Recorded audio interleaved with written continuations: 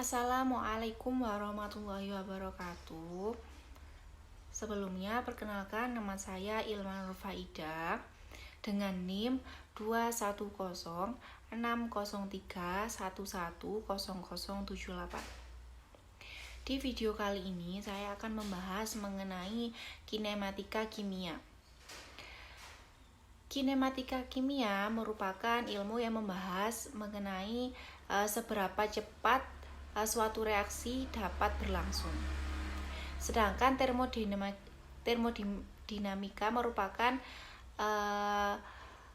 ilmu yang membahas tentang apakah suatu reaksi dapat berlangsung atau tidak.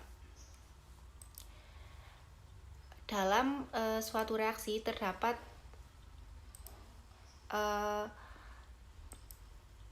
reaksi yang berjalan lambat dan reaksi yang berjalan cepat. Dalam sebuah reaksi terdapat reaksi yang berjalan lambat dan juga reaksi yang berjalan cepat. Seperti yang sudah saya jelaskan tadi, reaksi yang berjalan lambat contohnya seperti dalam bidang kesehatan itu seperti pembentukan karang gigi, di mana prosesnya bisa terjadi dalam kurun waktu berbulan-bulan ataupun berminggu-minggu. Sedangkan reaksi yang berjalan cepat itu contohnya seperti peristiwa meledaknya bom atom. Tidak hanya itu, karena reaksi yang berjalan cepat itu energinya juga banyak sehingga cenderung membahayakan.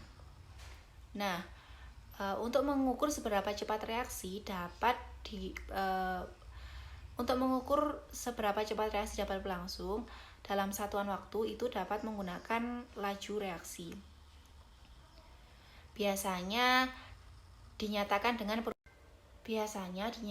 dalam 2A sama dengan B dengan laju min setengah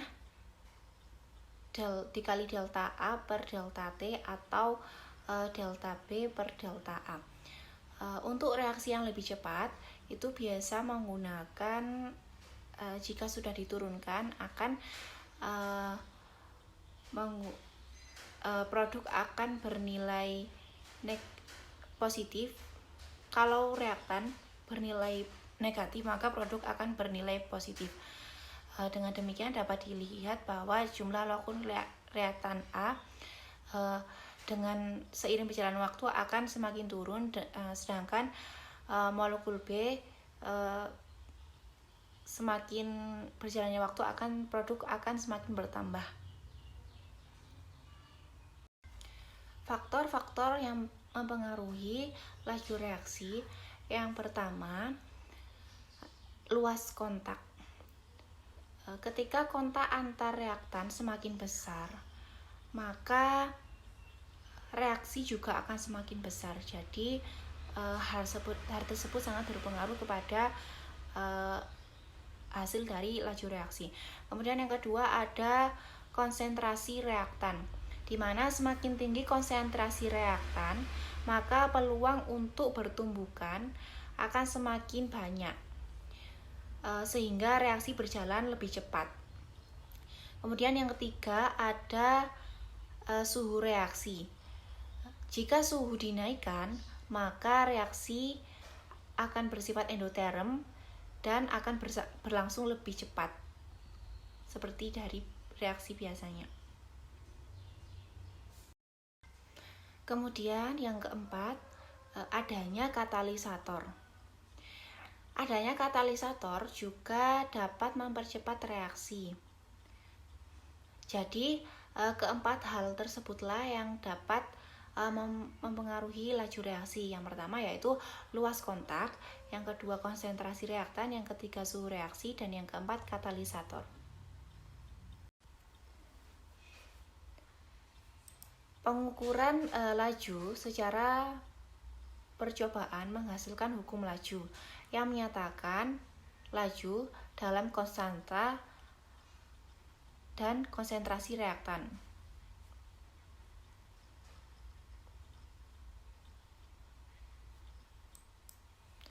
Terdapat konstanta laju dan reaksi reaktan.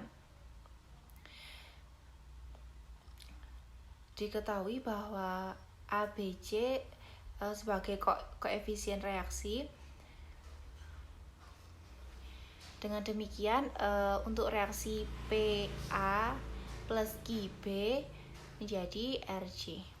Maka bentuk umum persamaan lajunya adalah laju reaksi sama dengan tetapan laju reaksi dikali konsentrasi pangkat orde dengan lambang M dikali konsentrasi awal B pangkat orde dengan lambang N. Dengan demikian kita dapat mengetahui laju reaksi setiap sebuah reaksi dengan menggunakan rumus hukum laju. Nah, tadi kan kalian mendengar order reaksi. Order reaksi itu apa sih? Jadi, order reaksi adalah bilangan yang menyatakan besarnya pengaruh konsentrasi reaktan saat terjadi laju reaksi.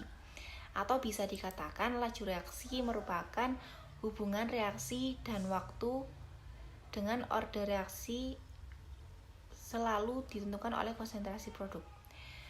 Jadi order ini tidak bergantung pada koefisien stoikiometri reaktan, tetapi bergantung pada nilai selama eksperimen. Ada beberapa jenis dari order reaksi, yaitu order reaksi 0, order reaksi 1, dan order reaksi 2. Order reaksi kebanyakan bilangannya bulat, tetapi juga bisa dalam bentuk pecahan atau bilangan negatif. Yang pertama, orde 0. Suatu laju reaksi dikatakan berorder 0 jika laju reaksinya tidak dipengaruhi oleh nilai konsentrasi reaksi. Jadi, jika perubahan konsentrasi reaktan tidak mempengaruhi laju, maka orde tersebut dikatakan orde 0. Laju maka tetapannya maka T-nya tetap, jadi rumusnya V sama dengan tetapan dikali konsentrasi A. Untuk persamaan konsentrasi waktunya itu bisa menggunakan rumus konsentrasi A dikurangi konsentrasi A pangkat 0 sama dengan min tetapan. Dalam order reaksi ini juga terdapat waktu paruh. Waktu paruh merupakan waktu yang diperlukan agar konsentrasi reaktan turun menjadi setengah dari konsentrasi mula-mula.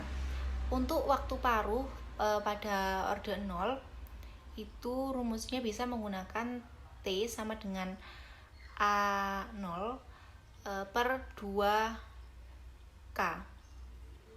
Kemudian yang kedua ada order 1.